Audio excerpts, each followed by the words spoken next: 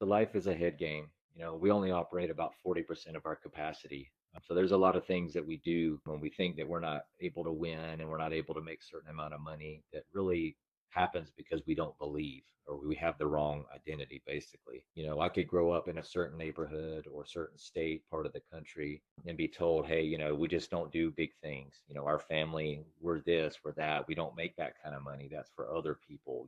That's not for our type of family. When you start believing those things, it does become reality. Um, when you think about it long enough, you feel like you can't do things, but it's really because you've set yourself up here to be that way. It is a part of your identity, like I said. If I think that I'm only good enough to make a certain amount of money, I'll never get up here because I feel like I'm worth this much. Whatever this value is, I put that on myself as being that's what I'm worth. So therefore, I'll never make this up here. If I'm even lower, and I'm always struggling, it's because I feel like that's what I'm worth.